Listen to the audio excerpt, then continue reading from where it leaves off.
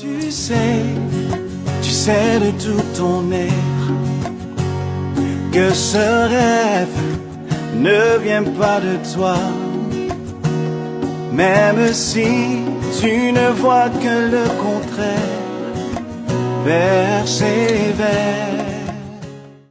Bienvenue sur Parole de Grâce. C'est un programme qui vous est proposé par le blog pour couple chrétien Mon couple, mes relations et qui vous est présenté aujourd'hui par Aïcha. Alors aujourd'hui, je voudrais vous partager une parole d'encouragement. C'est une parole d'encouragement pour quelqu'un qui passe par des moments difficiles dans son mariage ou dans sa vie de façon générale.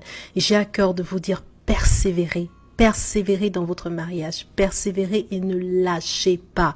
Amen, bien-aimés, ne lâchez pas, quelle que soit la situation dans laquelle vous vous trouvez, ne lâchez pas. Nous avons tous à faire face à des obstacles, à des challenges dans nos vies, au niveau de la santé, au niveau du mariage, au niveau de la vie professionnelle, dans nos relations, dans différents domaines de nos vies. Et la première réaction face à ces obstacles, souvent, c'est l'intimidation. Des fois, c'est la peur. Des fois, c'est un gros sentiment d'incapacité, un sentiment de découragement, d'impuissance. C'est ce qui pousse beaucoup d'entre nous à fuir, à être découragés, à se plaindre. Il y a plusieurs mois de cela, face à mes propres obstacles, devant les montagnes qui se dressaient devant moi, j'ai reçu une parole de la part de Dieu dans mon cœur.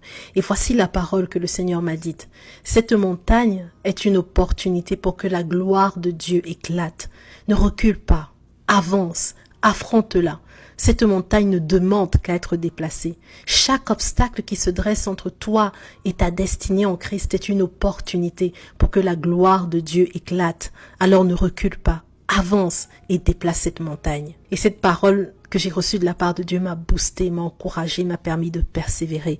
Bien aimés, ceux qui font des exploits ne sont pas nécessairement des gens qui n'ont jamais peur ou qui ne se sentent jamais inadéquats devant certains challenges, mais ce sont des gens qui choisissent de refocaliser leurs pensées sur la parole de Dieu et de faire des pas de foi. Amen.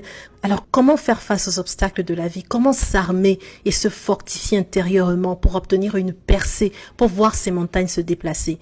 Eh bien, c'est en méditant encore et encore et encore sur la parole de Dieu et non pas sur la hauteur, la largeur ou l'importance de nos montagnes.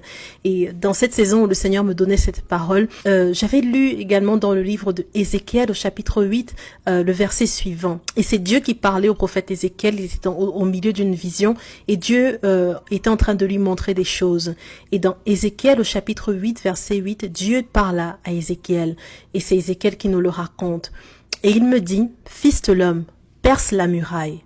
Je perçai la muraille et voici, il y avait une porte.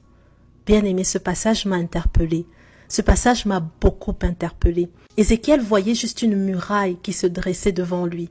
Et Ézéchiel aurait probablement rebroussé chemin. Mais Dieu voyait la porte qui était cachée derrière la muraille.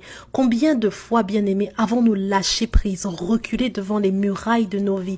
Combien de fois nous sommes-nous découragés alors que derrière la muraille, il y avait une porte, la porte d'accès à des clés déterminantes pour nos vies, la porte d'accès à des connexions divines, la porte d'accès à l'élévation, la porte de la gloire, la porte de la faveur, la porte de la restauration du mariage, la porte de la bénédiction financière, la porte d'accès à une nouvelle dimension dans notre ministère, la porte d'accès à une onction plus grande, bien-aimé. Combien de fois avons-nous reculé face à une muraille, alors que derrière cette muraille, il y avait une porte? Combien de fois avons-nous rebroussé chemin, alors que quelque chose de grand et de bon nous attendait derrière la muraille, derrière l'opposition, derrière la muraille, derrière la barrière, derrière la hauteur qui s'élevait face à nous? Combien de fois, bien-aimés, avons-nous accusé Dieu face à nos murailles? Seigneur, si tu existes, pourquoi cet obstacle dans ma vie? Pourquoi mes enfants se rebellent? Pourquoi mes enfants ont-ils autant de difficultés à l'école? Pourquoi je me sens si incapable devant des problèmes que je rencontre? Pourquoi je suis malade? Pourquoi je suis fatiguée? Pourquoi ai-je perdu cet être cher? Pourquoi j'ai pas de promotion? Pourquoi mon mariage se dégrade? Pourquoi avons-nous des difficultés financières? Pourquoi est-ce que mon mari ou ma femme est difficile à vivre?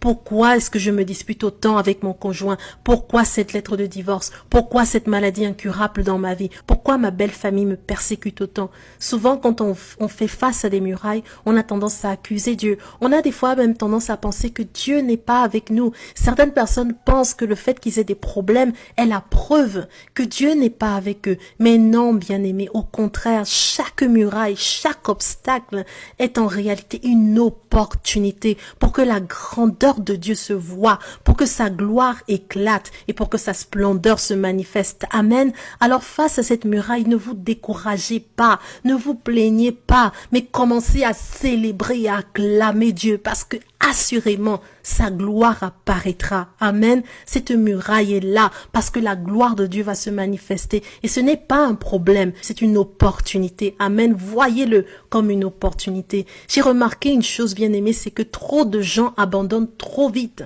Trop de gens abandonnent trop tôt. Cette difficulté, cette montagne, ce blocage dans leur mariage, dans leur vie professionnelle, dans leurs finances, n'est pas un problème en réalité. C'était pas un problème, c'était une opportunité pour que la gloire de Dieu éclate. Bien aimé, derrière cette muraille à laquelle vous faites face, il y a une porte. Il y a une porte. Alors ne reculez pas, n'abandonnez pas, percez la muraille. Amen. Percez la muraille. Derrière cette muraille, il y a une porte. Amen. Lorsque le peuple d'Israël est arrivé devant Canaan, la première ville qu'il y avait à prendre, et je rappelle que ce peuple était en train de se préparer à prendre possession de leur héritage, la première ville en fait qu'il y avait sur leur route, c'était la ville de Jéricho. Et Jéricho était barricadée. Mais derrière ces murailles, il y avait une porte ouverte vers leur héritage. Si Josué et le peuple avec lui avaient reculé en voyant les murailles de Jéricho, ils auraient perdu leur héritage et ils auraient vécu dans la misère dans le désert. Ils seraient éventuellement retournés en esclavage en Égypte. Mais ils n'auraient pas vu Dieu combattre pour eux personnellement. Ils n'auraient pas vu le miracle de la chute du mur de Jéricho. Ils auraient manqué les bénédictions de Canaan. Et bien aimés, la Bible nous montre que leur persévérance et le pas de foi qu'ils ont fait leur ont permis de voir le bras de Dieu se mouvoir en leur faveur, se mouvoir dans leur situation. Amen. Cette situation par laquelle vous passez n'est pas un problème, c'est une opportunité pour que la gloire de Dieu apparaisse. Alors ne fuyez pas, ne vous découragez pas, percez la muraille. Amen. Dieu ne fait jamais rien en vain. Il ne permet pas certaines difficultés dans nos vies juste pour nous embêter, juste pour qu'on soit dans l'inconfort. Non, derrière la muraille, il y a une porte. Derrière la situation difficile, il y a une porte d'accès à une dimension que vous ne connaissiez pas auparavant. Amen. En Christ, bien-aimés, nous sommes devenus des conquérants. Nous sommes des conquérants par nature et opérons dans la victoire à cause de celui qui vit en nous. Écoutez ce que David disait à ce sujet. David disait dans les psaumes, dans Psaume au chapitre 18, verset 30, « Avec toi, je me précipite sur une troupe en armes. Avec mon Dieu, je franchis une muraille. » Amen. Dans Psaume au chapitre 60, verset 14, il dit « Avec Dieu, nous ferons des exploits. Il écrasera nos ennemis. » Alors je ne sais pas quelle situation vous traversez en ce moment.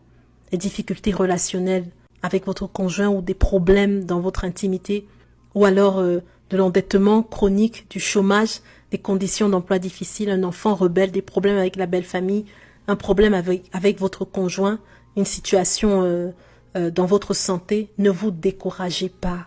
Et ne quittez pas votre mariage, ne quittez pas votre poste pour si peu, ne lâchez pas, mais cherchez la face de Dieu jusqu'à ce que la muraille se perce. Amen.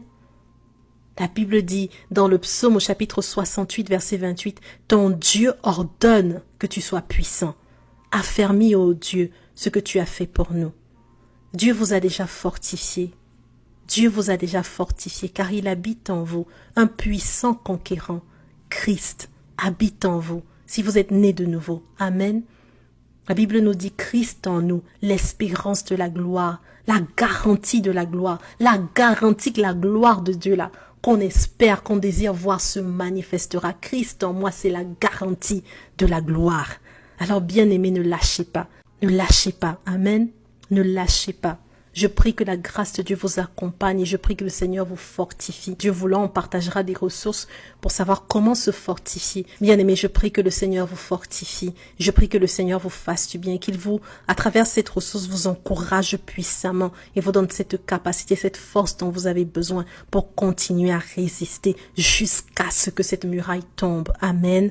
Amen. Et je vous encourage vraiment à visiter les blogs moncouplemesrelations.com ou faveurdivine.com sur lesquels je partage pas mal d'enseignements, de ressources qui vont vous aider à vous fortifier dans le Seigneur, à réellement vous attacher à lui. Amen. Et je vous encourage également à vous abonner. Dieu voulant, on partagera des ressources qui vous permettront de devenir de plus en plus fort. Un puissant conquérant habite en vous. Amen. Ne lâchez pas. Amen. Voilà. Soyez puissamment fortifiés.